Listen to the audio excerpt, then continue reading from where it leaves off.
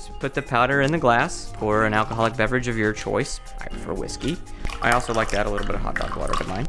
That's just personal. Just find a nice sedentary position, relax, and stay there.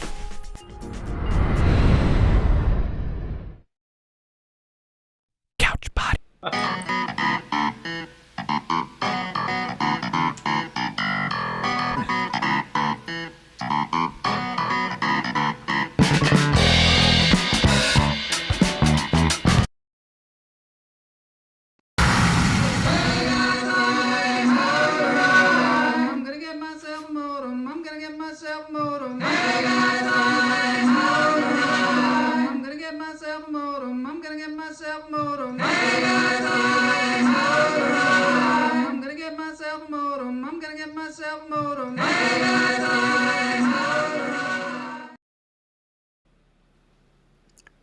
All right, here we are on lunch therapy. Welcome, everybody.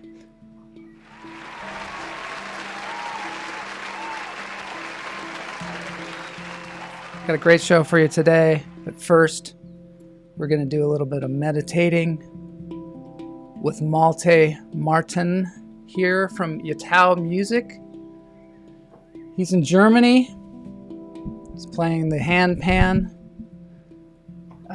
He's a talented musician there, and he's given us the rights here to relax and breathe. Not that we don't have the right already. You can breathe anytime you want. Hoi, Jose. Great to see you on the way to Utah. You're going to like this one today, Jose, because we're going to be talking a little bit about something called the volume. We're going to be talking about Unreal Engine, which I know you like, dude, and that's what you have to say. That's what you have to say about it, Jose. All right, everybody. It's Barefoot Interview Tuesday. I've got two guests today, and we're going to breathe first, like we do on every show. In through the nose, out through the toes. Our guests are in the green room, hanging out with my assistant, Boney. Let it go. Utah. What are you doing in Utah, Jose? Sounds like fun, yeah. In through the nose, out through the toes. Hold it.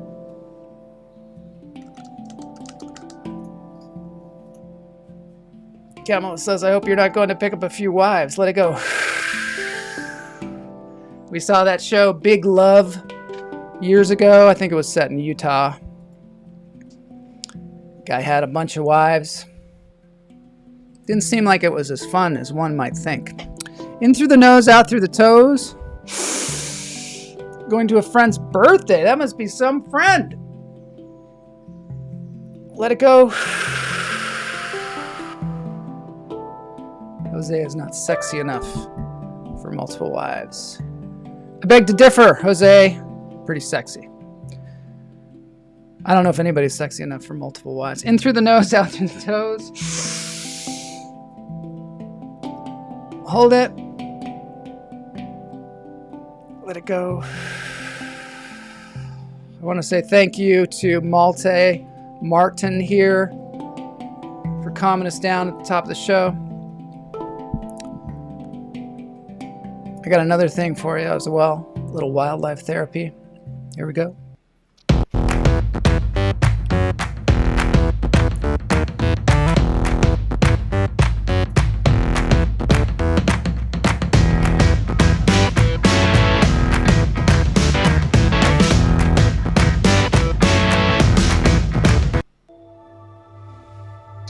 Yes. Today we are very lucky to have a turtle eating watermelon. Thanks to Yudi Machado from she lives here in Los Angeles, but these are sent to her from her, I think her brother or her relatives in Venezuela. We might hear him talking here soon. Hi, Just Jay. I miss Bill Paxton. Yes, I miss Bill Paxton too. One of my favorites. That's a tough one.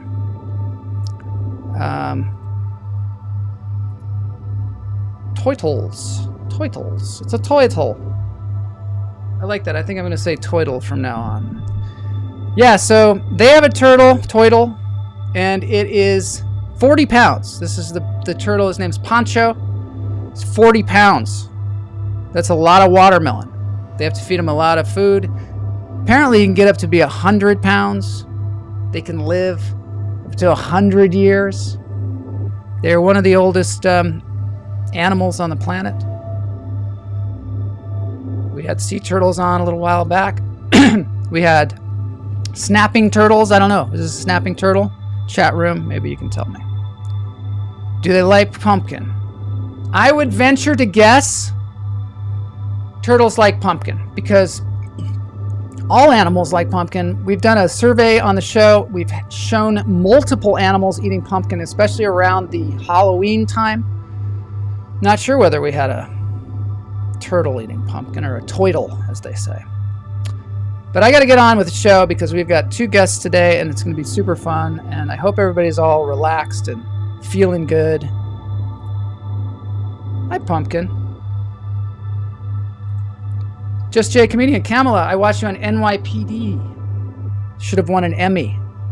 How do you know she didn't? Maybe she did. Maybe in the alternate world she won an Emmy. Yeah, Kamala, NYPD Blue, I think she's referring to. That's a really good one, sort of a Romeo and Juliet type story. Check it out. I think it's on Hulu. Hoy, Todd Lee. Pumpkin.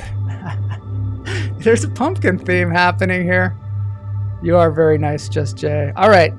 Hummingbird community is here. Going to introduce you to 2 incredible filmmakers.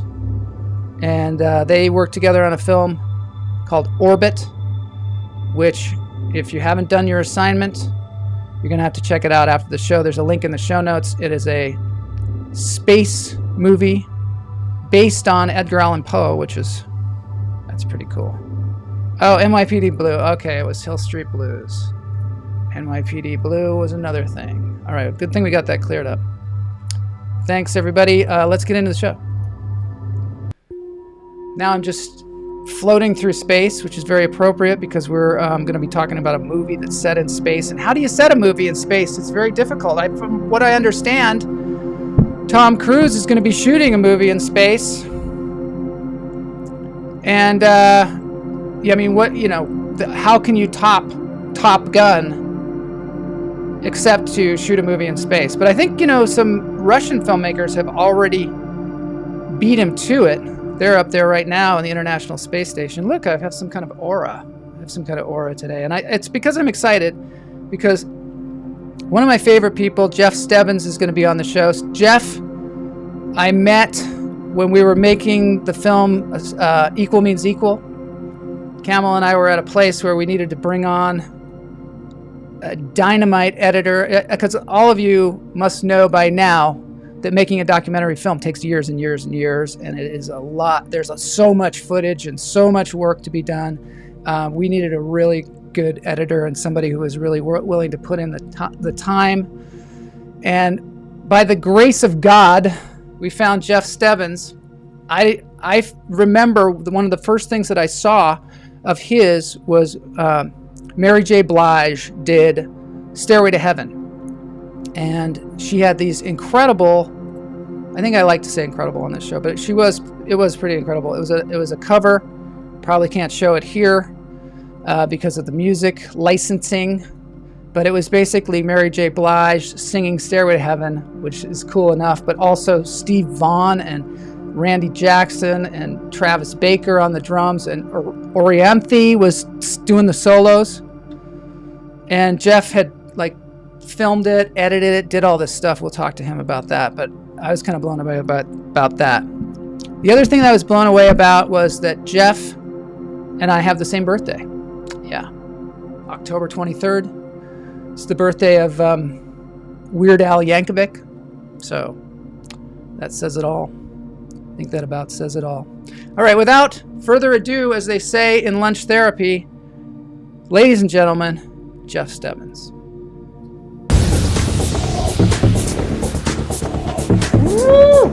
Yeah! I'm going to play a little reel here first. Yeah. This is just real. Part of it.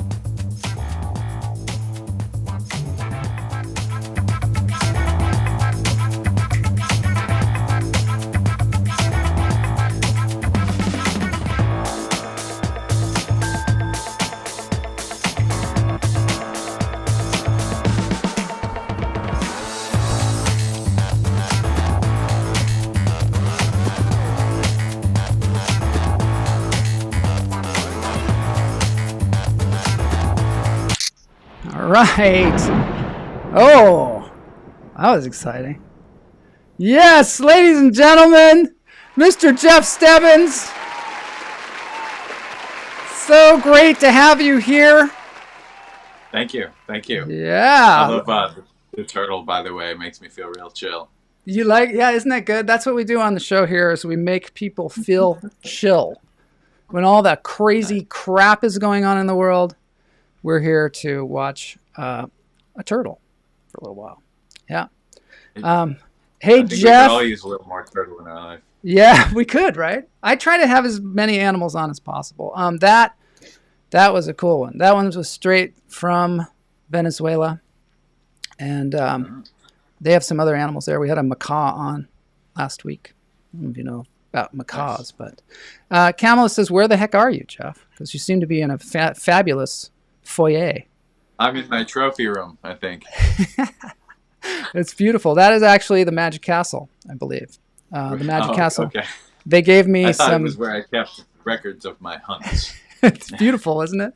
Have you been to the Magic Castle? I've never been. No. What? I've been in LA for too long, and I haven't done the Magic Castle thing yet. Wow. So Geoff brought a green screen today behind him, which is kind of his way. And I'm so grateful for that. Yeah, I'm so grateful for the green screen because we can do all kinds of weird stuff with it. And that's fun. Geoff, you went to NYU Film School, right? Is that where you started out filmmaking? Or did you make films when you were a little kid? I'm not sure I can say I ever completed one, but I definitely played with the camera a lot. Yeah. In middle school and high school. And what kind of camera did you have back then? Because you didn't have phones or anything, right? Well, the first camera my family had was, one of those big boxy ones with that you stuck a VHS tape in and it recorded straight to the VHS tape. Oh, for home videos. Yeah. That kind of thing. But my dad bought it for birthdays and stuff. But I like to play with it. And, what were your parents? What did your parents do? In-camera. Oh, you did in-camera effects with it? Your dad's a what? You could do cheesy split screens where you'd film one thing and then you'd have to go back and film the other side of the screen with whatever you wanted and just hope it worked out. Oh, wow. So that was your early VFX. Yeah. VFX? Am I saying VF? What's VFX stand for? Visual effects. It usually refers to the non-practical side of effects you see in movies, like computer CG and stuff like that. Mm-hmm. Compositing.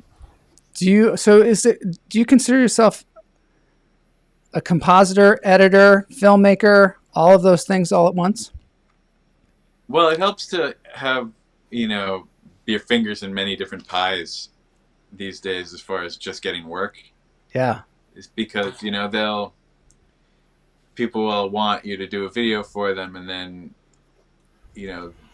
every shot these days will need a little bit of effects of some kind if it's just touch-ups and stuff. And in the age of internet videos, everyone needs to know how to do some kind of graphics. Yeah. Whether that's the most basic text or something a bit more elaborate. And the barrier for entry for that kind of stuff is really low these days. You just get get on After Effects and you can go online and find all sorts of tutorials and elements to use that makes making impressive stuff pretty easy. Yeah. That's what one of the great things about you as an asset to our movie was that you just jumped in and did a whole bunch of different graphics and things like that in After Effects. And some of the times you were like, I don't know how to do that, but then you just kind of figured it out. Yeah. Yeah, well, that's, the most exciting part is when you don't know how to do something because, I don't know, I get bored really easy. So if something comes up where I can do like something different than my normal job for a few hours, that's like my favorite thing. It's like, oh, I could just do this graphic for a while instead of editing. And that will keep life interesting. Don't you think these days that it's more important almost to be able to learn things quickly than it is to know how to do everything because it changes so fast? I think so. Someone asked me once, like, how to get into effects kind of at my level, which was more like, an editor who does effects on top of things. Yeah. And I said, go get a program like and learn just enough of it so that you think that whatever your client's gonna ask, you can learn it in time to deliver it. Yeah. Because almost everything you're going to be asked to do is something you've never done before. Because everything's going to require a little bit difference. So you're going to need to just know enough to be able to kind of like push at it until it looks good, Yeah. Do you work in After Effects primarily for your effects, or do you do other programs as well? Yeah. Primarily, After Effects. And like in Orbit, you see, like After Effects is not like the ultimate compositing software in the industry, not even close. Yeah. But if you look at Orbit, I did all that in After Effects. And in fact, most of the non-practical stuff was even generated in After Effects, like really the planets and stuff. Yeah. All right. Well, that film is incredible. We're going to be talking about that more. But first, I want to show this weird short film that you did over quarantine. It's called Filtered. So can you tell me a little bit about this? Okay, yeah. Filtered was, quarantine had been going on for 6 months. And there were starting to be short film competitions online because people were bored. But, like, what can you do in quarantine? And I entered in the Roger Corman one. And I don't even think I finished it in time because I made one that required too many effects. Yeah. Because, you had like a couple days to do it. And they were like, the requirements were like, shoot it in your house, shoot it on your iPhone.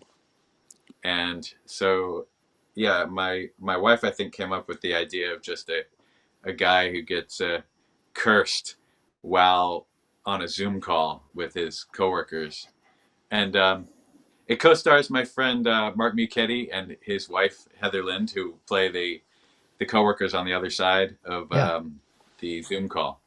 And and the rest of it was entirely shot on my iPhone and with my computer's camera. Really? For the Zoom. Kitchen. Yeah, for the Zoom meeting. Yeah, screen capture and iPhone in my kitchen. And, I did all the effects in After Effects. Oh, that's cool. Let's take a look at it. Here we go. This is called Filtered by Geoff Stebbins. Okay.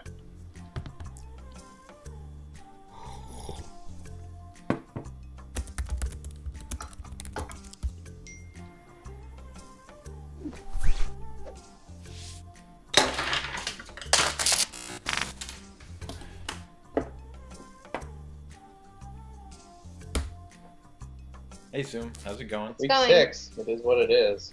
I don't have much to report. Are we still on track to meet the launch deadline? Yes. I think so. I already compiled my code. Everybody remember to wash their hands?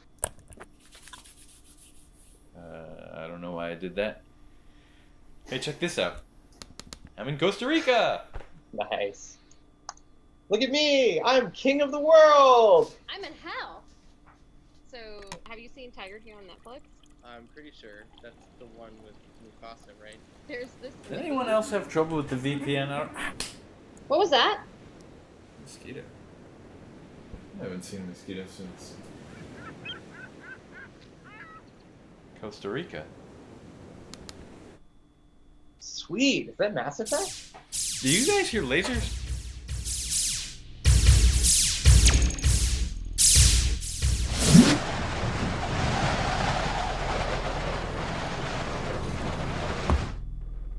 Did you guys see that? Did you guys see Space? I already said I liked your background. Have you guys seen this? Oh, No! No! Oh God, I'm a potato. I'm a potato. Why is this happening? Because you summoned me. Who said that? 'Tis I, the womb, Lord of unearthly delights and keeper of... How did I summon you? You crafted my sigil and spoke my forbidden name. Wait, hey Zoom. Your name is Zoom. Zoom? It's more like a zoom, but for an English speaker. How do I stop this? I cannot be stopped. My blessing is a curse, an infection that cannot be contained. Infection? An infection. Come on. Wait on, hang on, sister, I have a little...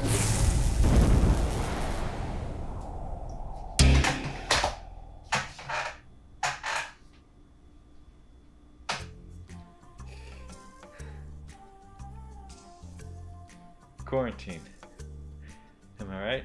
Yeah, I hear ya. I'm not even wearing pants. All right. That's hilarious. Okay. That was great because it's like, it was kind of like right at the beginning when we were like all like doing the different Zoom things and trying to figure out how we were going to live. And I love It that. really feels like a time capsule to me now, seeing like everybody excited about swapping out their backgrounds. And filters and Yeah, stuff. exactly. Todd Lee says, wow, you have a lot in common with Joel. He should have a talking potato on the show. I should forgot have a about talking that. potato. My wife Yeah. made the potato for the movie. Did she? Yeah, she sewed it together and painted it. She is also a compositor as well. She does high level compositing. Oh yeah, she's way cooler than I am. She does like real stuff. Like she works in television. She's working on cool. Westworld at the moment. Really, Westworld. I love it. All right. Well, okay. So now we're going to bring on Nick. Let me just see if there's a lot of celebration in the chat room. Camel is asking if you're sending it to film festivals. Abel Martin says, Potato Jeff, FTW. Thanks, Todd Abel. Lee says, hilarious, my Zoom meeting every day. Zuma, Zuma, Zoom. Yeah, that was a great potato. All right, I'm going to bring on Nick. I'm going to bring you back, Jeff. And we're going to talk about the movie Orbit. But let me just see what Nick's up to. All right. There we Tip. go. Hey, Joel. How's it going? Great to. It's doing. Once I saw Potato Jeff, I almost just logged off. I don't know how you can follow up after that. There's not much you can do. I mean, you just got to roll with it. Well, at least we got the audience all warmed up for you. Nick, I saw your great. I've got, of course, spelled your name wrong in the Chiron here. But I saw your great film, Orbit, and just really enjoyed it. Jeff had pointed it out to me when he was over here. And I really want to congratulate you and your co-director on this film, and Jeff, because it's a lot of fun and it just looks super pro. And some of the things, I don't even know how you did it, but we're going to take a look into that. So congratulations on that. Thank you. Thank you very much. I know you're working on many different things, but this one in particular just caught my eye, and I thought we'd talk about it because I think there's a lot of people out there that are independent filmmakers and they don't know how to make something that's like high quality like this. Did you write the film as well? You don't either, yeah. Did you write the film yourself? Yeah, wrote the screenplay. Obviously, though, keeping it as close to Poe's original story as possible was the whole motivation. So didn't change much as far as that story went, and just kind of translated it to space station setting without making it cheesy, or without trying to not make it cheesy. So that was kind of the thought there. That was the thought. Well, it also, does it end differently than the original Poe story? Yeah, I was thinking about that. We wanted that eye to kind of like jump over. So we didn't want to make too big of a deal. That's why it's kind of left ambiguous at the end. You know, if you sit through the end credits, you see another ship going towards the little space station at the very, very end. So We kind of left it open to what happens next and where the eye goes. Yeah. Have you made heavy VFX films before like this, where you just shot on a green screen and then did the whole set practically in post? Not at that. Yeah, not even close to that level. Like we've done a bunch of ads that had a bunch of special effects and a lot of practical stuff mixing, like a lot of like slow motion explosion type stuff. Nothing at that level. So when we shot it, we didn't quite know how we were going to achieve it all. We knew that we wanted to shoot as much as possible. So most of the elements are actually practical, except for like the stars and you see the sun for a second. But everything has at least some level of practicality added to, or that it came from. So that made it a little bit easier for us. Even if the production was harder, it was easier to manipulate those elements rather than just making a big CGI movie. So we're going to take a look at that. There's like a film that's sort of like making of, you have a couple of them.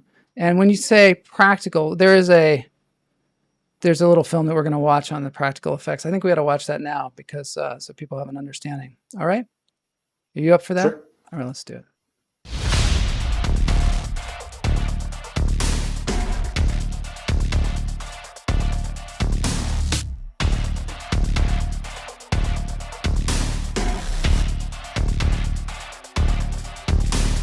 All right, so I'm gonna do a little painting here.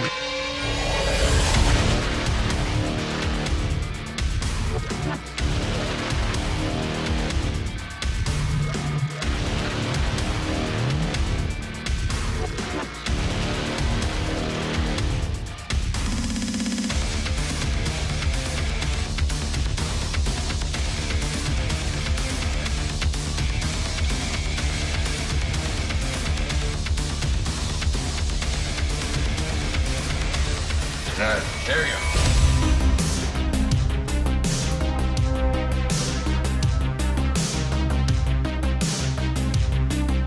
A lot of foam core, a lot of spray paint, a lot of love.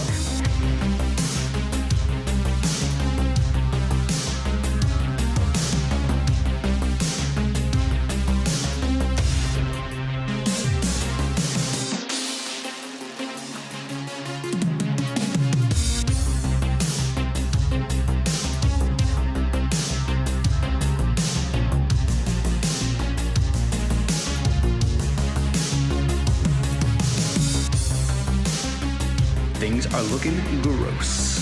It's still gross.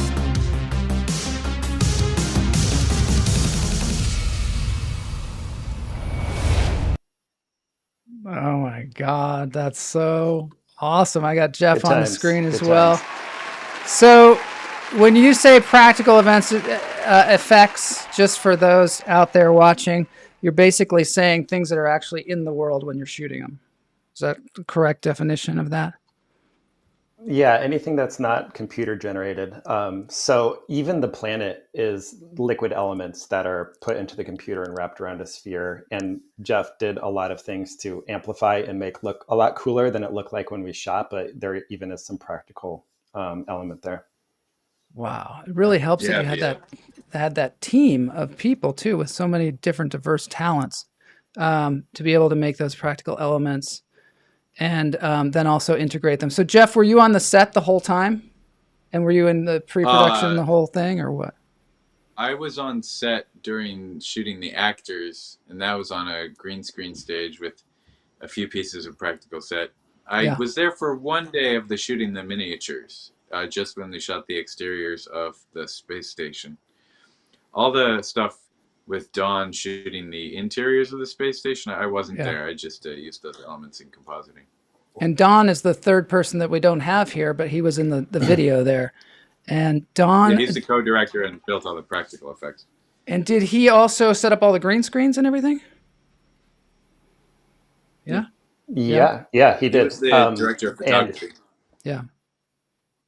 Yeah, so those models that he built, like the walls and everything, like there was no template. He just created that, drew it himself, and kind of just figured it out. So his talent was immense and applied heavily to that process. How did you all figure out, how did you all work together on the same vision? Do you do storyboards How do you usually start when you're going to make a project like this? There was storyboarding since it's so short. We storyboarded the whole thing since there's effects throughout the whole thing. And then having something like a Poe story as the backbone it's easy to get people on board with where it's going. So it's not just like a visual fest. Like the story is just so there already. So it's easy to be invested in on that level. And then we're all huge sci-fi lovers. So it's really exciting. Like, how are we going to actually execute this? And there's just so many things in it that we learned. You have to invent literally everything you see when you're not just shooting on location somewhere. And so it was all just figuring it out, but that was kind of the fun part. Executing it was the hard part, but kind of like figuring out what we wanted to do was the fun. When you shoot on a green screen and you put the marks on the screen, what does that do? What is that for? You know, there's little X's that are on everything. Oh, the tracking markers. Yeah. Those are just make the computer have an easier time tracking the camera, so you can apply that move to other elements you bring in, you know, like the backgrounds and stuff. So if the camera's moving, then the actor's going to move in the shot, and you want the background to move in the same way, you know, to make it look real. And what about the lighting of the characters to match the background that you're going to be putting in later? How do you handle that? Well, that was we all tried our Don, best. and he did it. Yeah, he did it brilliantly. Yeah, go ahead, Geoff. Yeah, sorry. He did it absolutely brilliantly. You know, he came up with a color scheme before we shot, and what he did was he shot a lot of the movie with with these kind of purple and yellow lights through a cucoloris, which is kind of a kind of spongy mask texture that divides all the light into little spots and goes over the actors' faces, and it's lighting up different parts at different times. And when he shot the miniatures, he just did the exact same thing. So the lighting and it's all very random, so it doesn't have to like perfectly match because no one could tell because of the way the cucoloris divides up the lights. So when you look at them together, the actors and the sets, which were like, you know, this big, and the actors are actor sized, it looks like they were in the same place really well because just using the same lighting for both. Well, that's cool. Nicholas, what's your background that brought you to making films? Oh boy, I just started when I was a little kid. Honestly, you did too, just really? In grade school with a video camera, and I've never stopped. So, wow. And that's what brought me there. Do you ever act in the films? No, I did. You know, growing up, just when we were playing, but it got to a certain point when I was really, really enjoying being behind the camera and shooting everything, that when I would get in front of the camera, it would be like kind of less of an adrenaline like rush. Like the fun got drained a little bit and it became tough, you know? Yeah. So as the years went on, I less and less did that. Sometimes I'll record like a temp thing for a commercial.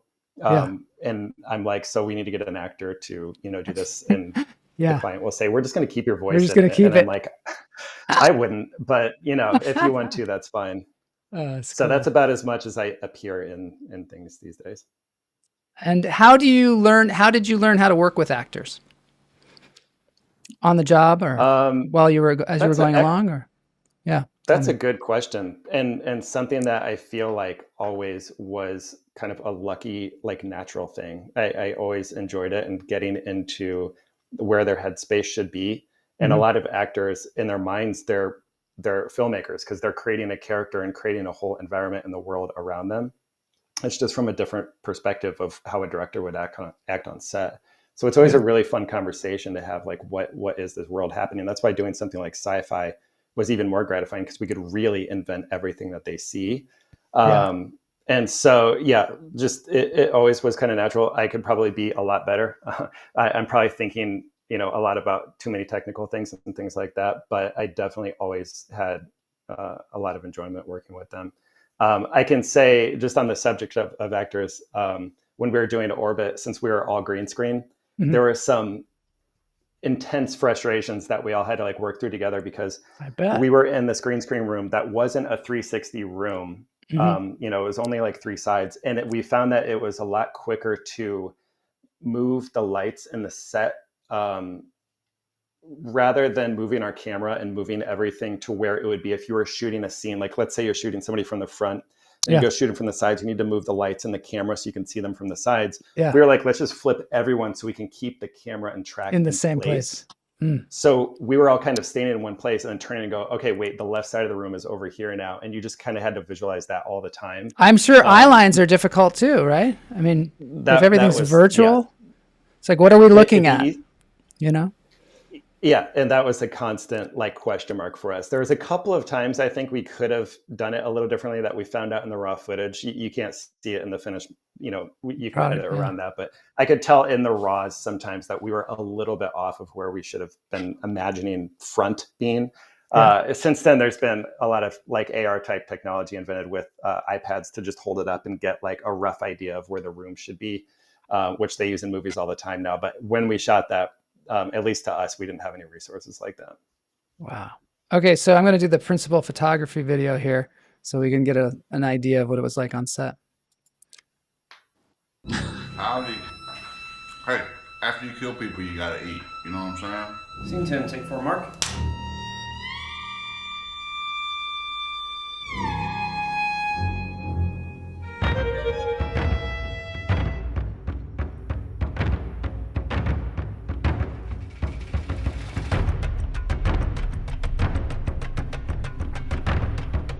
That's good. Let's have you sit up one more time. Keep rolling. Maybe go from a little relaxed to clutch. It's nothing but creaks in the old floor panels. We got 4 camera on camera action here.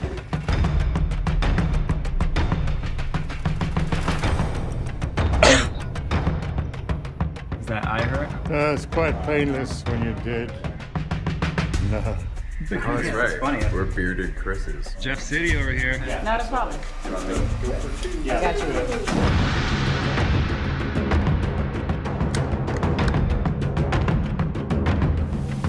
I'm at the dreadful silence of space.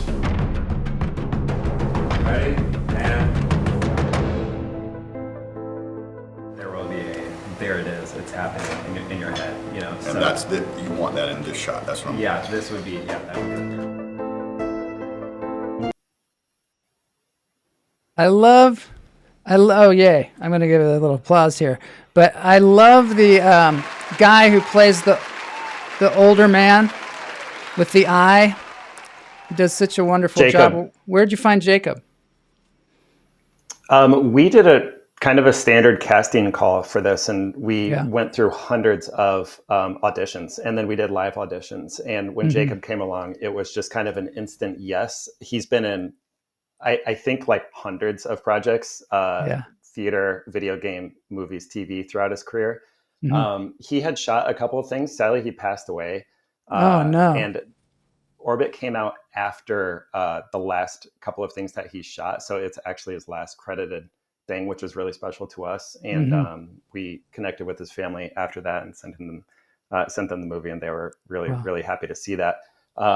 But yeah, he was amazing, and he was just meant for the role. I wish that we had more for him in the role, but you know, like I was saying, we didn't want to expand like Poe's story per se and just make it some huge, you know, role because we had this great actor. But I just want to see more of him when I see the movie. Yeah, me too. Do you have plans for a feature film based on Orbit? Well, based on Orbit or anything. Like, do you have plans for a feature film now? Is that the next step for you, or are you going to make more short films, or what do you think? That'd be great. There's some short films we've talked about doing that have become really interesting in recent months. Doing a feature film would be great. Geoff and I even have been talking a lot about how we would achieve it.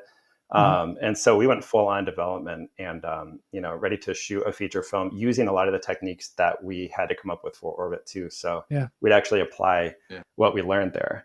As far as Orbit goes, we did think of a way to kind of expand it out without ruining that story as well. So that was one thing that Dust mentioned when the film was released that Yeah. it might be a good idea to have an idea of how you would treat a feature based on this short. So we thought about it. And at first I thought, no way, just because, the source material is short and it would just ruin it instantly. But kind of figured out a workaround that would be a really cool application to keep the story intact in a feature It's film. certainly an interesting environment that you created too, where these guys are like watching. I'm getting that they're studying a planet. Essentially, they're out there to study a planet. Is that why they're there by themselves? Yeah, They're like scientists. We wanted it to be a little bit mundane. Like they're just kind of like routine, doing just some union job. Yeah. And there's even a line when the main character, played by Chris Cleveland, complains about the ship. We wanted kind of that office vibe to where there's things you're used to. It's just kind of annoying. The internet isn't working great all the time. And we wanted to get that feel so it wasn't some big, amazing space mission that they were on that everyone was like focused on. And that's how they're kind of isolated out there. And that's how something like this could happen. That is cool. Okay. I'm going to do the visual effects one now. This is where Geoff comes in. Here's the visual effects video. I think you edited this too, right, Geoff? Yeah. I put this together. It's just take a look at that. Best way to make it.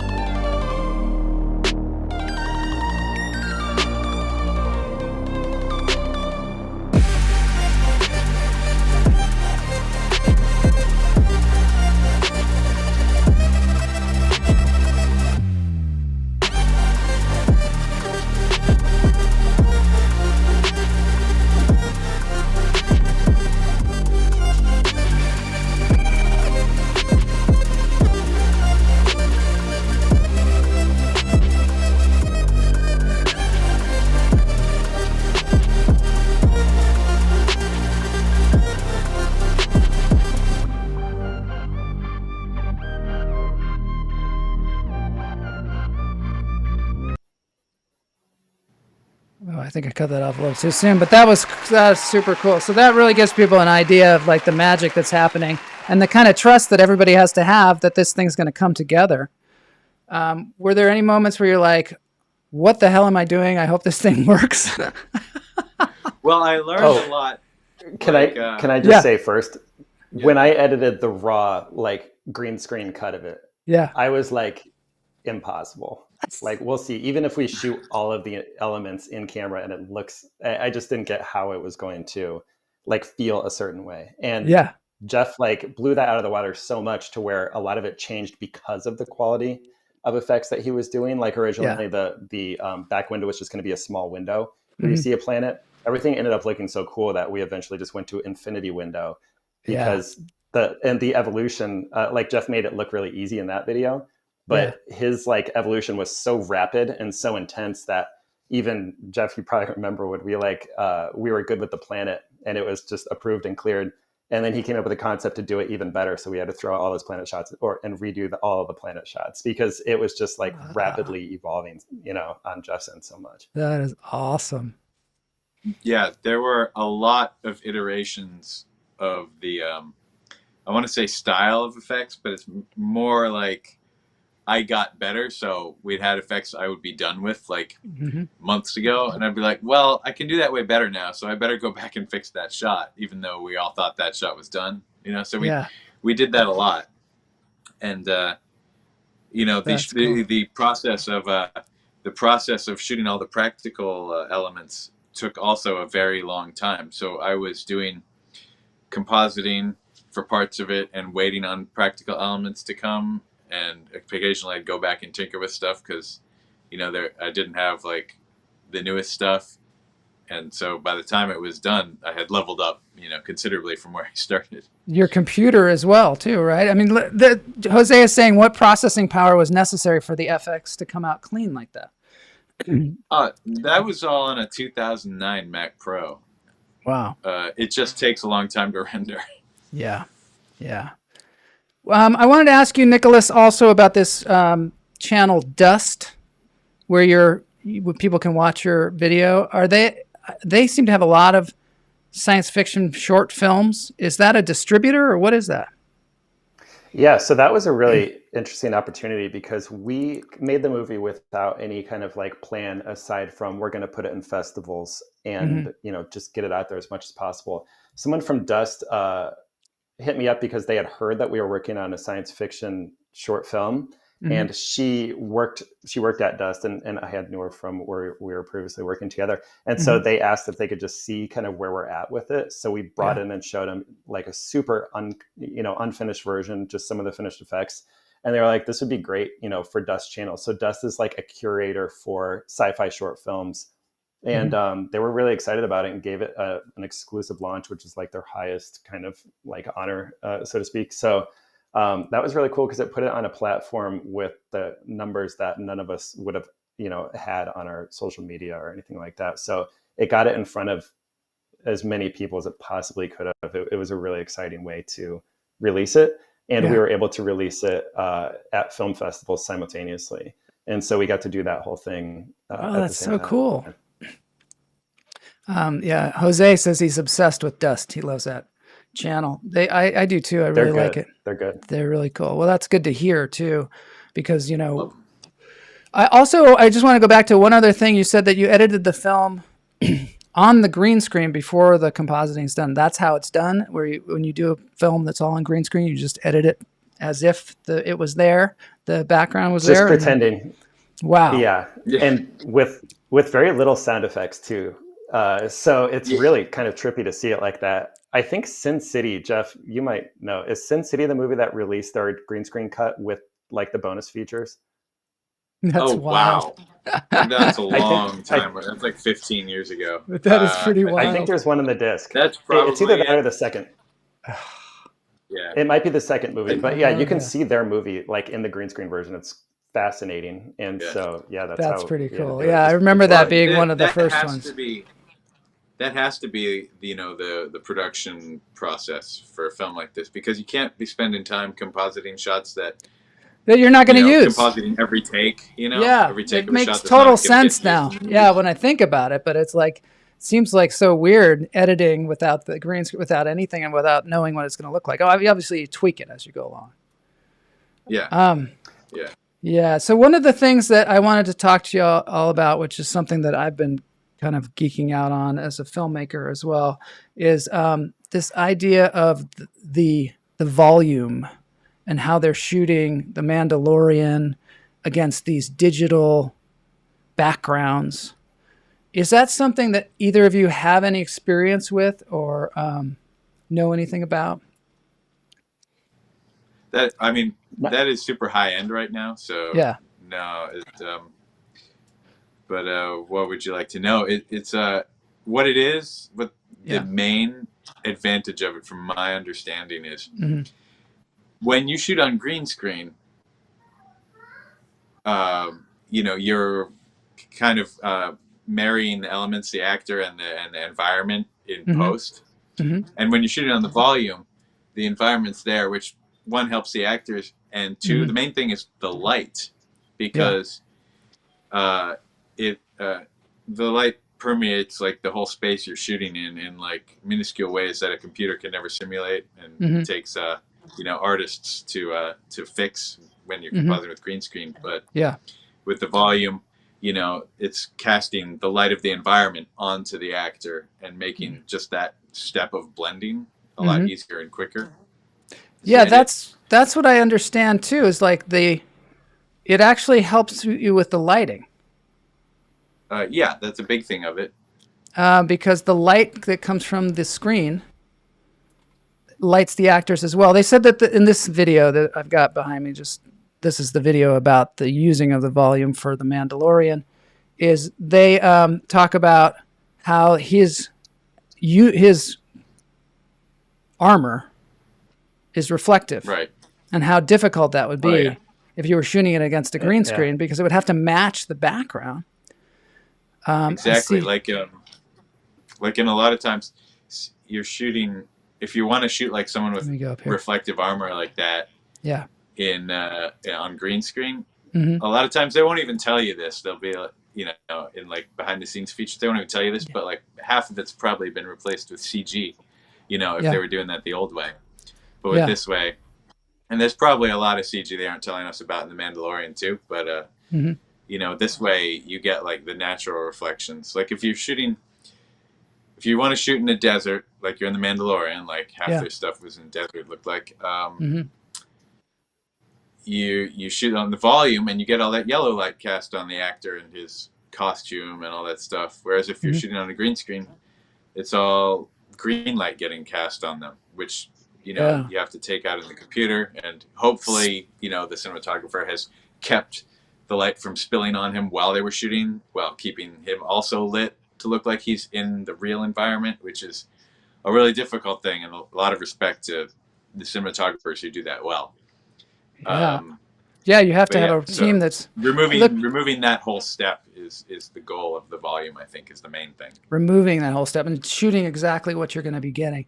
The Jessica's talking on here on the chat room, so She's probably correcting me. she's saying the biggest challenge with the volume is you have to make all the environments in advance, not in post, much more pre-production. From what I understand too, though, sometimes they will put a big green square where they don't know where something's going to be, and they'll use actually a green screen in the video, which is pretty Yeah, crazy. I mean, sometimes they can just turn it into a green screen and do things the old-fashioned way.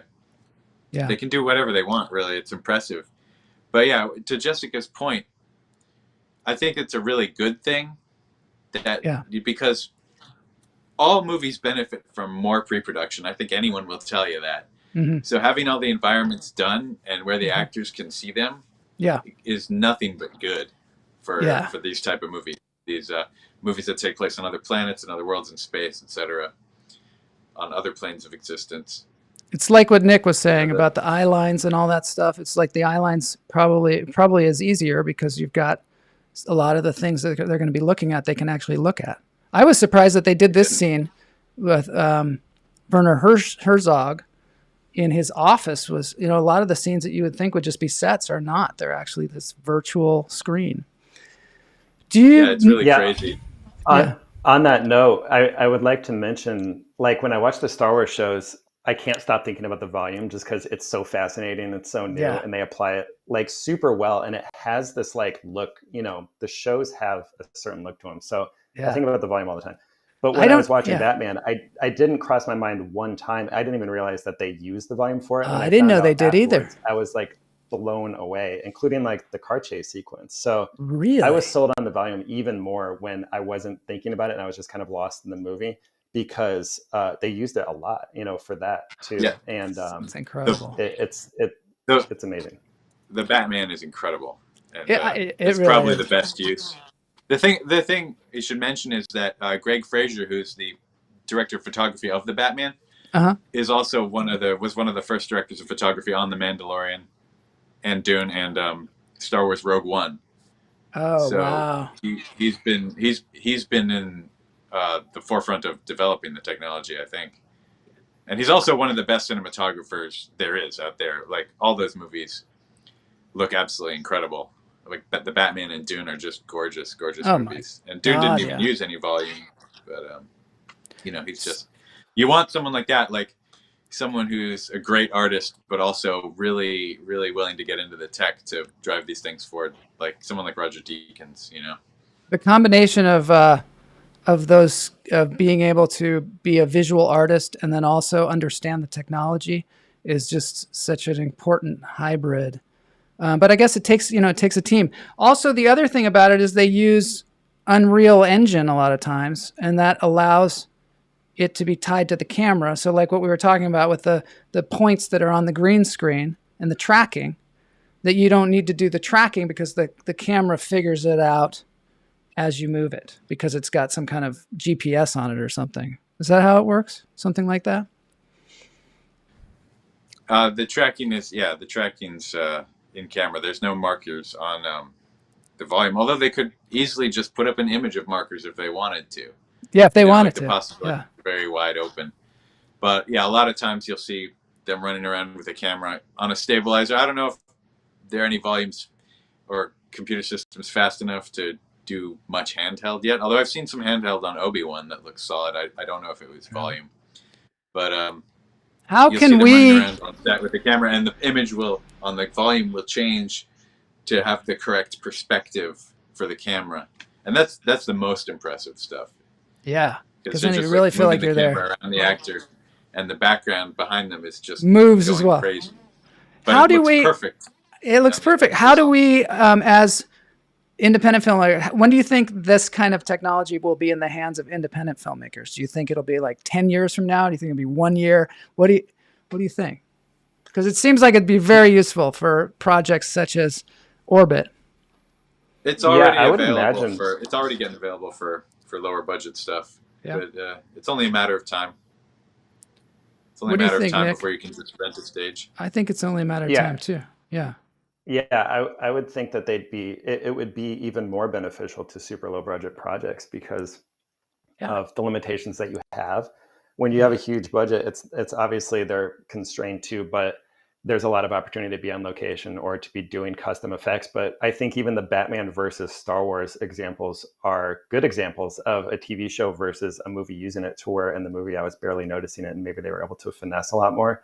Yeah. Whereas having some, much lower budget version for scenes for even short films or, indie films is going to be something that is just like, we can't make the movie without it, because our vision is here, but our resources are here. And so the only way we can pull this off is if we have something like that. If I didn't have Geoff for Orbit, we wouldn't have been able to pull off those effects at all, and it just would have been impossible. But if we could have created that environment and had sort of a volume type situation and done a production, which we only shot the green screen for 2 days, then we would have been able to do something. 2 days. Wow. You must have been jamming through that thing. Wow. That's impressive, especially with all the technical considerations. Yeah. The practical shoot was much Madness. longer. Oh, we I didn't see. have much time though with the actors. Oh, I see. Okay, yeah. So one other thing that I think about it too is that, I think it could be used in sketch comedy and, like Saturday Night Live and that kind of stuff, because you could change the background so fast and do it in such a vivid way. Seems like as soon as they can make this stuff available to people with a lower budget, it's going to be incredible, the things that we're going to be able to do. Yeah, and I think it's interesting that the Batman uses a lot of live action for their volume shoots. So to have a crew going out on location and doing that beforehand and then adding it in afterwards, similar to like rear screen projection or something that they would have used on like 2001 Space Odyssey. So it's kind of like coming together. It's like old techniques are coming back at us, but to be able to afford to do that is one thing. But if you can create that in Unreal Engine or something and it's practically photoreal, then the possibilities are just limitless. I love the thing with the Star Wars franchise where they will incorporate all kinds of things from all kinds of decades. Like they'll have a puppet, and then they'll have a practical effect, and then they'll have actors, Shakespearean actors, and then they'll have a crazy like volume. Or, they integrate it all together, and they don't seem to be like afraid to do that. You know what I mean? I like that. Yeah. Yeah, one thing about the volume that kind of tickles me is that instead of feeling like super futuristic, it's almost like the rebirth of rear projection. Right. Like Humphrey Bogart driving down the road in a car that's just kind of bouncing, and it's just like a reel of film behind him.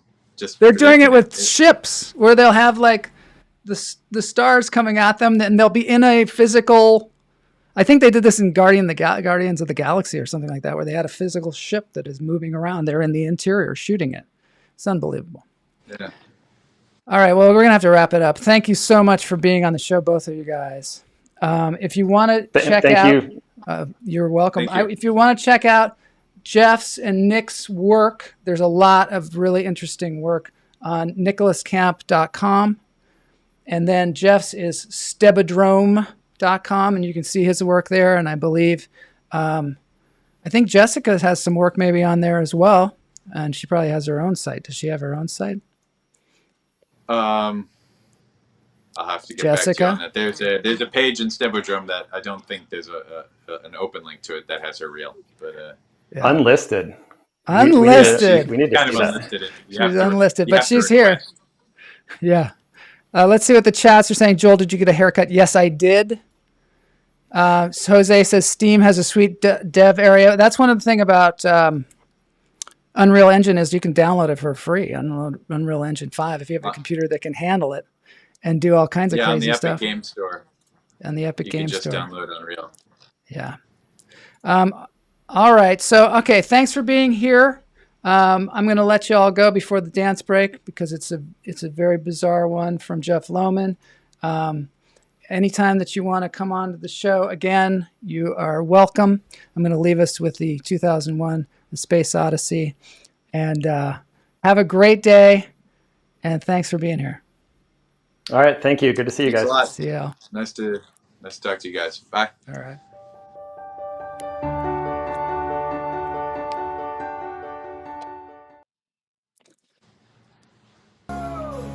All right, Jeff Lohman is in Thailand.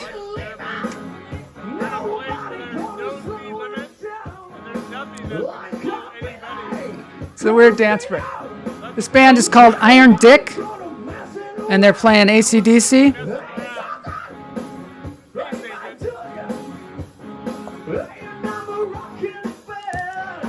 I want to thank Jeff Stebbins for being on the show. I want to thank Nick. All right. And thank you to both of you guys for being here. If you want to go to nicholascamp.com, if you want to go to stebodrome.com, if you want to see Jessica's work, I think she says they have to protect it because of NDAs. Oh, okay. Yeah, so we got that. Thanks, Jeff, for this wonderful version of Highway to Hell. And we'll see you all on Friday for more lunch therapy.